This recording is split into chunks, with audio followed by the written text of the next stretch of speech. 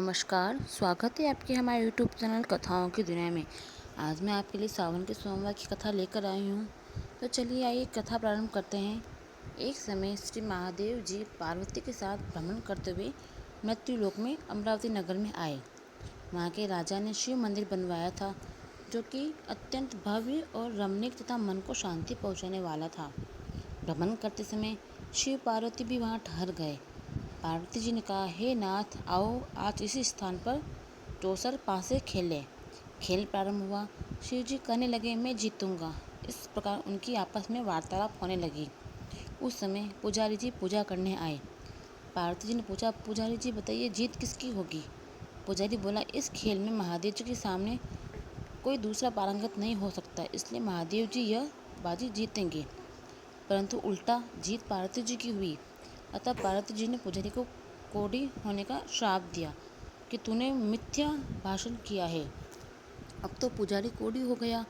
शिव पार्वती दोनों वापस चले गए। कुछ समय पश्चात अप्सराएं पूजा करने आई। अप्सराओं ने पुजारी के उसके कोढ़ी होने का कारण पूछा। पुजारी ने सब बातें बता दी।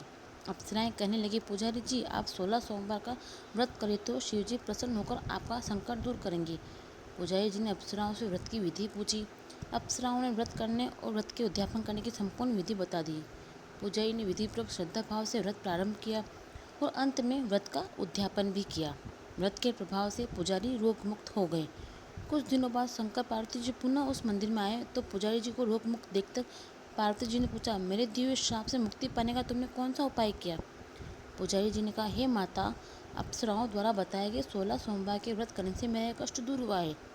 पार्वती जी ने भी ये 16 सोमवार का व्रत किया, जिससे उससे रूठे हुए कार्तिकेय भी अपनी माता से प्रसन्न होकर आज्ञाकारी हुए। कार्तिकेय ने पूछा, हे माता, क्या कारण है कि मेरा मन सदा आपके चरणों में लगा रहता है?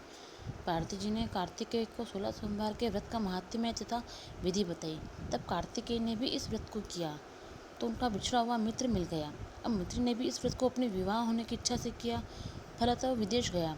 वहाँ के राजा की कन्या का स्वयंवर था। राजा ने प्रण किया कि हथिनी जिस व्यक्ति के गले में वरमाला डालेगी, उसी के साथ राजकुमारी का विवाह करूँगा। यह ब्राह्मण मित्र भी स्वयंवर देखने की इच्छा से वहाँ एक और जाकर बैठ गया।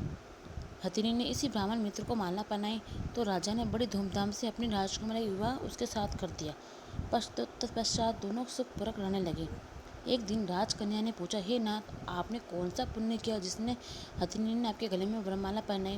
ब्राह्मण पति ने कहा, मैंने कार्तिकेय जी द्वारा बताए अनुसार 16 सोमवार का व्रत पूर्ण विधि विधान से किया, जिसके फल के कारण मुझे तुम्हारी जैसी भाग्यशाली पत्नी मिली।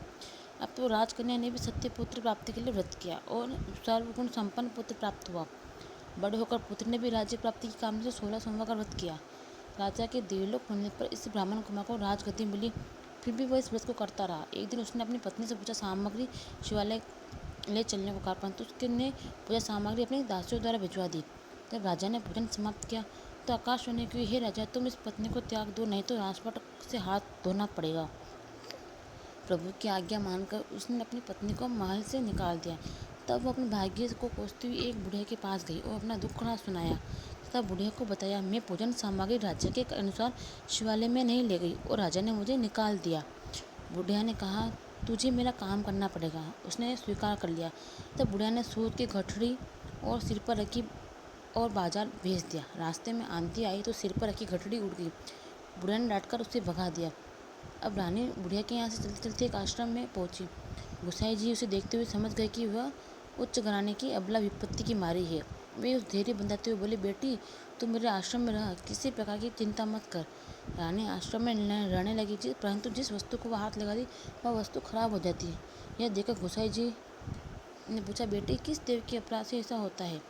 रानी ने बताया कि मैंने अपने पति की आज्ञा का उल्लंघन किया और शिवालय में पूजन के लिए नहीं गई, इससे मुझे घोर कष्ट उठाने पड़ रहे हैं। गोसाई जी ने शिव जी से उसके कुशल क्षेम के लिए प्रार्थना की और कहा, बेटी, तुम 16 सोमवार का व्रत करो। तब रानी ने विधिपूर्वक व्रत किया।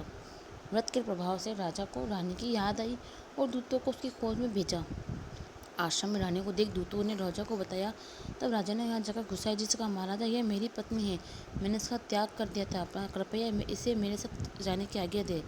शिव जी की कृपा से प्रतिवर्ष 16 सोमवार का व्रत करते हुए वे आनंद से रहने लगे और अंत में शिवलोक को प्राप्त हुए। अतः ये कथा यहीं समाप्त होती है। अगर आपको मेरा ये वीडियो पसंद आया है तो प्लीज़ लाइक, सब्सक्राइब और शेयर ज़रूर कीजिएगा। धन्यवाद।